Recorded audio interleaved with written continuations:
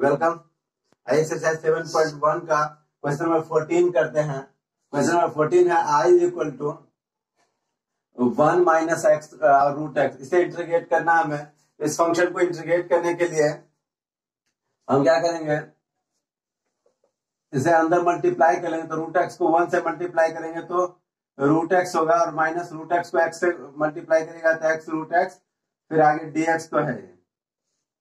तो I is equal to root x को लिख सकते हैं x to the power 1/2 dx, और माइनस अलग अलग इंटीग्रेट कर लेते हैं।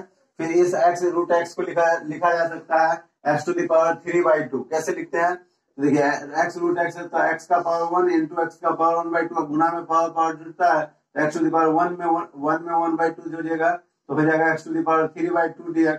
तो इसे हम लिख सकते हैं एक्स रूट एक्स को लिखा जा सकता है x to the power 3/2 dx। Clear. अब इसे इंटीग्रेट करना है तो आई इज इक्वल टू, आप एक और कि x to the power n का जो इंटीग्रेशन होता है वो क्या होता है, x to the power n plus 1 by n plus 1 और प्लस अब से पावर में एक जोड़ उसी से डिवाइड करते हैं। तो इसे हम क्या करेंगे, 1/2 को इंटीग्रेट करना होगा तो x to the power 1/2 plus 1 divided by 1/2 plus 1 और प्लस अब से इसी वन, ये पहला कांस्टेंट, इसका कांस्टेंट माइनस ऑफ इसका भी अगर करें तो एक्स टू द पावर ये हो जाएगा 3/2 प्लस 1 अपॉन 3/2 प्लस 1 C2। ये ऐसे भी लिख सकते हैं, या एक केवल एक ही कांस्टेंट बड़ा कांस्टेंट भी ले सकते हैं। डायरेक्ट C1 और प्लस 2 C2 को मिला करके कोई बड़ा कांस्टेंट C ले लीजिए, ये भी लिख सकते हैं। अब एक्स टू द पावर 1/2 में 1 जोड़िएगा तो ये 3/2, और डिनोमिनेटर में भी हो जाएगा 3/2 minus x to the power 3/2 में 1 जोड़ेंगे तो 5/2, और यहाँ भी हो जाएगा 5/2 और प्लस ऑफ C। अब इसे हम अगर सिंप्लीफाई करें, तो इसे लिख सकते हैं 3/2 है, 2 ऊपर चले जाएगा 3 नीचे, तो यह हो जाएगा 2/3 x to the power 3/2 x to the power 3/2 minus 2/5 x to the power 5/2 minus 2/5 x to the power 5/2 और प्लस ऑफ C। यही हमारा इंटीग्रेशन है। इसी फंक्शन को इस तरह से इंटीग्रेट कर लिया जाएगा। This is the final integration.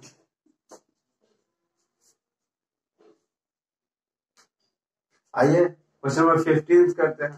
15 है root x into 3x² plus 2x plus 3। इसे इंटीग्रेट करना है।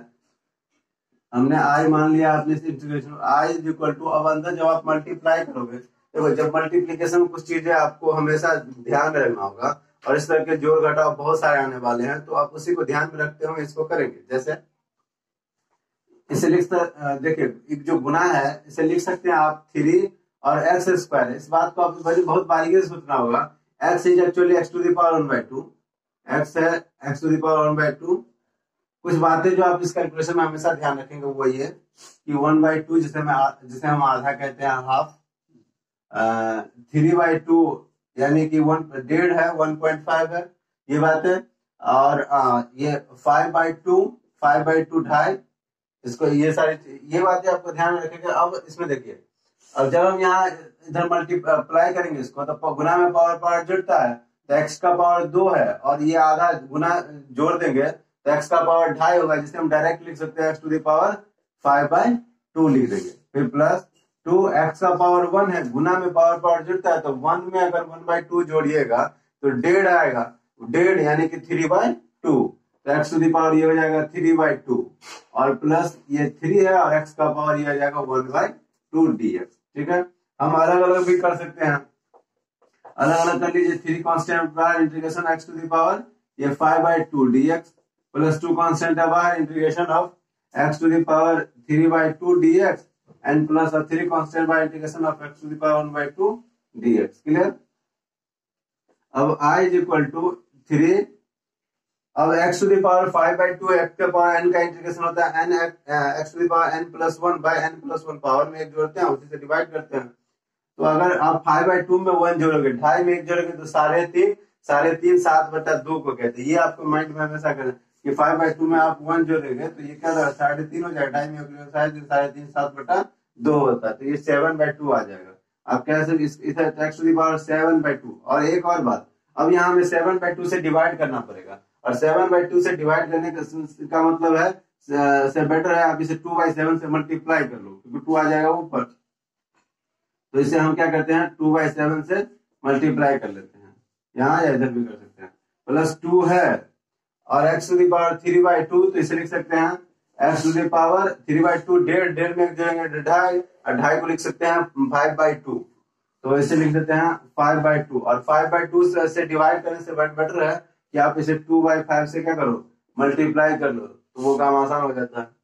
फिर प्लस ऑफ 3 है और x टू द पावर 1/2, आधा में एक जोड़ेंगे तो 3/2 जोड़ना होता है, तो एक जोड़ेंगे तो 3/2, x टू द पावर 3/2 मतलब 3/2, और 3/2 में अब 3/2 से डिवाइड करने का मतलब 2/3 से मल्टीप्लाई करना, और प्लस ऑफ 3। अब इन सारे को आप कैलकुलेशन देख लो, तो x टू द पावर ये हो गया 3 2 जा 6/7, x to the power 7/2 plus 2/5, sorry 4/5, ये क्या हो जाएगा 4/5, x to the power 5/2 plus ये 3 से 3 cancel, 2 x to the power 3/2 और एंड प्लस ऑफ 3। ये सारे इंटीग्रेशन आपके आ चुके हैं। ये हमारा फाइनल इंटीग्रेशन है, इस तरह से आप लिख सकते हैं, हमें इस बात का ध्यान रखना होता है। आइए नेक्स्ट क्वेश्चन करते हैं। 16th नंबर क्वेश्चन है कि I इज इक्वल टू है इंटीग्रेशन ऑफ, अलग अलग कर सकते हैं इसको, 2 कांस्टेंट है बाहर x dx माइनस 3 कांस्टेंट है बाहर, इंटीग्रेशन ऑफ सीधा cos x dx और plus integration e to the power x का इंटीग्रेशन कर लेना है। तो आसान है, I is equal to 2 x का इंटीग्रेशन हो जाएगा x² माइनस 3 कांस्टेंट है बाहर, cos x का इंटीग्रेशन होता है sin x और e to the power x का इंटीग्रेशन प्लस ऑफ c। यही हमारा आंसर। आइए नेक्स्ट क्वेश्चन करते हैं। इसे हमें इंटीग्रेट करना है, डायरेक्ट इंटीग्रेट करते हैं। डायरेक्ट इंटीग्रेट करना आसान है, 2x² का डिफरेंशिएशन इंटीग्रेशन हो जाएगा x³ माइनस 3 कांस्टेंट है बाहर, sin x का इंटीग्रेशन हो जाएगा माइनस ऑफ cos x, तो इसका लिख लेंगे minus of cos x plus 5 और रूट x मतलब x टू द पावर 1/2, और रूट x का पावर 1/2 में तो 1/2 में वो आप 1 ऐड करेंगे तो ये हो जाएगा 3/2, और इसी से कर देंगे डिवाइड प्लस ऑफ c, और इसे आप अरेंज कर लीजिए तो ये हो जाएगा 2/3 x to the x³ minus 3 minus हो जाएगा प्लस 3 cos x, और प्लस देखिए ये 2 आ जाएगा ऊपर, तो 2 आ जाएगा तो 5 2 जा 10/3, x टू द पावर ये आ जाता है 3/2 और प्लस ऑफ c। यही हमारा फाइनल इंटीग्रेशन है।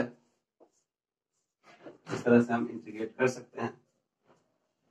इंटीग्रेशन में हमेशा एक बात का ध्यान रखिए कि आपको अगर आप 7.2 अच्छे से समझना चाहते हो तो आपको 7.1 अच्छे से बनाना होगा, मतलब आगे के जो किसी भी कॉन्सेप्ट को समझने मात्र के लिए पीछे से बनाने आना चाहिए, सॉल्व करने आना चाहिए। इसलिए शुरुआती के जो भी इंटीग्रेशन है उसको अच्छे से प्रिपेयर करिए, उसके कॉन्सेप्ट को समझिए, देन इसका डे बाय डे प्रैक्टिस करेंगे तो आपका इंटीग्रेशन ज्यादा सुंदर हो जाएगा, ज्यादा मजबूत हो जाएगा। तो आइए नेक्स्ट क्वेश्चन करते हैं। नंबर 18 है, I is equal to sec x into sec x plus tan x, और इसे इंटीग्रेट करना है तो sec x को sec x से मल्टीप्लाई कर देंगे तो हो जाएगा sec स्क्वायर x dx, और फिर अलग अलग करते फिर इसको इंटीग्रेट करते sec x को tan x से करिएगा तो sec x into tan x, ऐसे भी अलग अलग इंटीग्रेट कर लिए। अब हम जानते हैं sec स्क्वायर x का इंटीग्रेशन होता है tan x और plus sec x into tan x का इंटीग्रेशन होता है sec x and plus of c, और इस तरह से इसको इंटीग्रेट कर सकते हैं। आइए नेक्स्ट क्वेश्चन करते हैं। sec square x by cosec square x, तो इस 19th नंबर क्वेश्चन को अगर हम सॉल्व करें तो sec स्क्वायर x को लिख सकते हैं 1 by cos square x upon cosec square x को लिख सकते हैं 1 by sin square x dx। Clear? और इसे ही लिखा जा सकता है देखिए 1 बाई cos स्क्वायर और 1 बाई sin स्क्वायर, तो sin स्क्वायर ऊपर चला गया और cos स्क्वायर नीचे आ जाएगा, sin square x upon cos square x dx। Clear? ये sin स्क्वायर और cos स्क्वायर आ गया integration of tan square x dx। देखिए tan स्क्वायर x का डायरेक्ट इंटीग्रेशन तो होता नहीं है, तो sec स्क्वायर x का डायरेक्ट इंटीग्रेशन, इसलिए इसको हम tan स्क्वायर x को लिख सकते हैं टेन स्क्वायर एक्स का जब कभी भी इंटीग्रेशन आएगा तो इसे हम लिख सकते हैं टेन स्क्वायर थीटा को sec square x minus one, क्योंकि sec square theta minus one is equal to tan square theta होता है, इसे लिखा जा सकता है sec square minus one dx। अब अलग अलग हम इंटीग्रेट कर सकते हैं। अगर हम इंटीग्रेट करें सेक स्क्वायर एक्स का इंटीग्रेशन होगा टेन एक्स और फिर dx का इंटीग्रेशन हो जाएगा, बीच में माइनस है x और प्लस अब से, और इस तरह से इसको हम इंटीग्रेट कर लेते हैं। आइए नेक्स्ट क्वेश्चन करते हैं। इस क्वेश्चन को देखिए, हमारा है i is equal to 2 minus 3 sine x by cos square x. देखिए इंटीग्रेशन इंटीग्रेट करने से ज्यादा होता है उसके इंटीग्रेशन के स्टैंडर्ड फॉर्म में लाना, उसके लिए हम लोग ज्यादा एफर्ट लगाते हैं। अगर इंटीग्रेशन के स्टैंडर्ड फॉर्म में ले आते हैं देन इंटीग्रेशन उसका आसान होता है। हमेशा आपको ज्यादा स्ट्रगल ज्यादा फाइट इसके लिए करना होता है कि इसका आपको उसके स्टैंडर्ड फॉर्म में लाने होते हैं, वही मेन चैलेंज है। बाकी तो इंटीग्रेशन आसान है, उसके जो फॉर्मूले कॉन्सेप्ट वहां पर रहते हैं उसी पे अप्लाई करते हैं। जैसे इसी को देख लीजिए कि किसी स्टैंडर्ड फॉर्म में है नहीं, इसे हमें लाना है तो हम अलग अलग कर लेते, ऐसे लिख सकते हैं टू दोनों के लिए cos स्क्वायर एक्स, तो 2 by cos square x minus of 3 sine x upon cos square x, उसको लिख सकते हैं cos स्क्वायर एक्स dx। ठीक, तो ये हो जाएगा 2 कांस्टेंट है बाहर और 1 बाई cos स्क्वायर एक्स हो जाएगा sec स्क्वायर एक्स dx। अलग अलग कर लिए, 3 इसमें कांस्टेंट है बाहर, इस cos स्क्वायर एक्स को लिख सकते हैं हम क्या cos x into cos x। अब ये sin x और ये cos x दोनों मिलाकर के हो जाएगा 10x sin bye cos 10x, तो ये होगा 3 कांस्टेंट बाहर sin बाय cos 10x और 1 बाय cos, जो cos ऊपर लेके चल जाएगा तो sec x into dx। Clear? तो i is equal to 2 sec square x का क्या हो जाएगा 10x माइनस ऑफ 3 और sec x इंटू 10x का क्या हो जाएगा sec x इंटू 10x का हो जाएगा sec x और प्लस ऑफ 3, और इस तरह से हम इंटीग्रेट कर सकते हैं। सिंपल। आइए नेक्स्ट क्वेश्चन करते हैं। Find the anti derivative of this one. इस फंक्शन का एंटी डेरिवेटिव मतलब इसका इंटीग्रेशन ही फाइंड आउट करना है, इंटीग्रेट ही करना है। तो इसको इंटीग्रेट करने के लिए हम अगर अलग अलग करें तो यह हो जाएगा रूट एक्स dx और plus integration of 1 by root x और dx। क्लियर? तो अगर हम इसको इंटीग्रेट करेंगे तो हमारा इंटीग्रेशन हो जाएगा x टू दी पावर 1/2 है, तो इसका इंटीग्रेट करेंगे तो 1/2 प्लस 1 जो कि 3/2 होता है, तो इसे 3/2 से डिवाइड कर सकते हैं, मैं कहा था। और प्लस देखो इसको 2 से मल्टीप्लाई और डिवाइड अगर हम कर दे, अगर 2 से मल्टीप्लाई डिवाइड कर दे तो हमारा क्या हो जाएगा, हम जानते हैं देखिए 1/2 रूट एक्स, तो रूट एक्स का डिफरेंशिएशन होता है, यानी 1/2 रूट एक्स का इंटीग्रेशन क्या हो जाएगा रूट एक्स हो जाएगा, तो 2 इंटू रूट एक्स। वैसे नेक्स्ट टाइम के लिए आप ध्यान ही रखो कि 1/√x का जो इंटीग्रेशन आएगा वो 2√x प्लस ही आएगा, इतना आपको ध्यान में ही रखना है। तो सब प्रोसेस से करें तो x टू द पावर 1/2 पर ले जाके सॉल्व करिएगा तो ये आ जाएगा, तो 2√x प्लस ही, यहाँ कांस्टेंट आ गया, इसे ऊपर ले जा सकते हैं, इसे लिख सकते हैं 2/3 x टू द पावर 3/2 और प्लस 2√x या x का पावर 1/2 भी लिख सकते हैं और प्लस सब सी, इस तरह से। और आपके ऑप्शन हो जाते हैं 2/3 x to the power 3/2 plus 2x to the power 1/2। C option is the correct option. Option में अगर आप चेक करें बुक के अकॉर्डिंग तो सी ऑप्शन इसमें दे रखा है। आइए नेक्स्ट और इस चैप्टर का इस एक्सरसाइज का लास्ट क्वेश्चन करते हैं। क्वेश्चन नंबर 22 में डिफरेंशिएशन ऑफ, इस तरह से जो दे रखा है हमें किसी फंक्शन का डिफरेंशिएशन पता है और f2 सेकंड फंक्शन में fx में अगर 2 पुट करें तो उसका वैल्यू 0 हो रहा है, तो हमें ओरिजिनल fx पता करना है। तो अगर डिफरेंशिएशन दे रखा है तो इसी का इंटीग्रेट करके ओरिजिनल फंक्शन फाइंड आउट कर सकते हैं। जैसे ओरिजिनल फंक्शन फाइंड आउट कर लेंगे तो उसमें x की जगह पे 2 सब्स्टिट्यूट करके हम उस कांस्टेंट का वैल्यू निकाल लेंगे, देन वही हमारा क्या हो जाएगा ओरिजिनल फंक्शन होगा। चलिए स्टार्ट करते हैं। दोनों तरफ अगर इंटीग्रेशन लगा ले तो डिफरेंशिएशन और डिफरेंशिएशन इंटीग्रेशन ये तो आ जाएगा कि क्या ओरिजिनल fx ही आ जाएगा। ओरिजिनल fx आ गया तो इधर देखते हैं क्या आता है। 4x³ का इंटीग्रेशन क्या होगा पता है आपको, 4 कांस्टेंट है बाहर, इंटीग्रेशन ऑफ x³ dx अलग अलग कर लेते हैं, -3 ऑफ कांस्टेंट बाहर 1/x का पावर 4 है तो इसे ऊपर लेकर के ही चल जाते हैं, तो x to the power -4 dx आ जाएगा। अब इसे इंटीग्रेट करना आसान है, जब हम इसे इंटीग्रेट करेंगे तो ये हो जाएगा 4, x2 का होगा x टू द पावर 4/4, तो ये कट गया, minus of 3 x to the power -4 को लिख सकते हैं -4 प्लस 1, तो ये -3 होगा, इसी से क्या करेंगे डिवाइड करेंगे, अब प्लस ऑफ कांस्टेंट, ये माइनस माइनस ये कट तो जाएगा, लेकिन माइनस माइनस हो जाएगा, ये +1 हो जाएगा, तो हमारा जो ओरिजिनल फंक्शन हो जाएगा वो x का पावर 4 है, minus minus plus x to the power ये -3 है और प्लस ऑफ c, यानी हम लिख सकते हैं f(x) is equal to x to the power 4 plus 1/x³ और plus of c।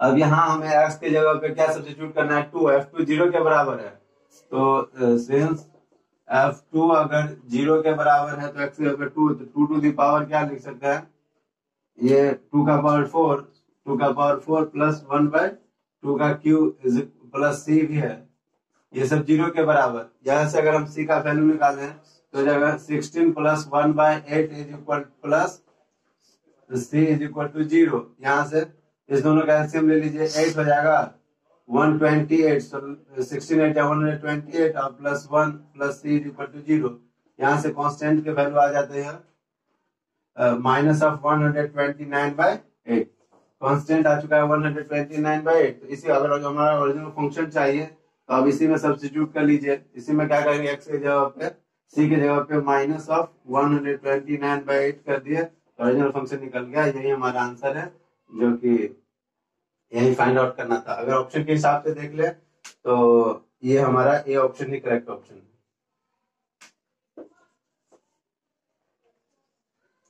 Thank you, thanks for watching.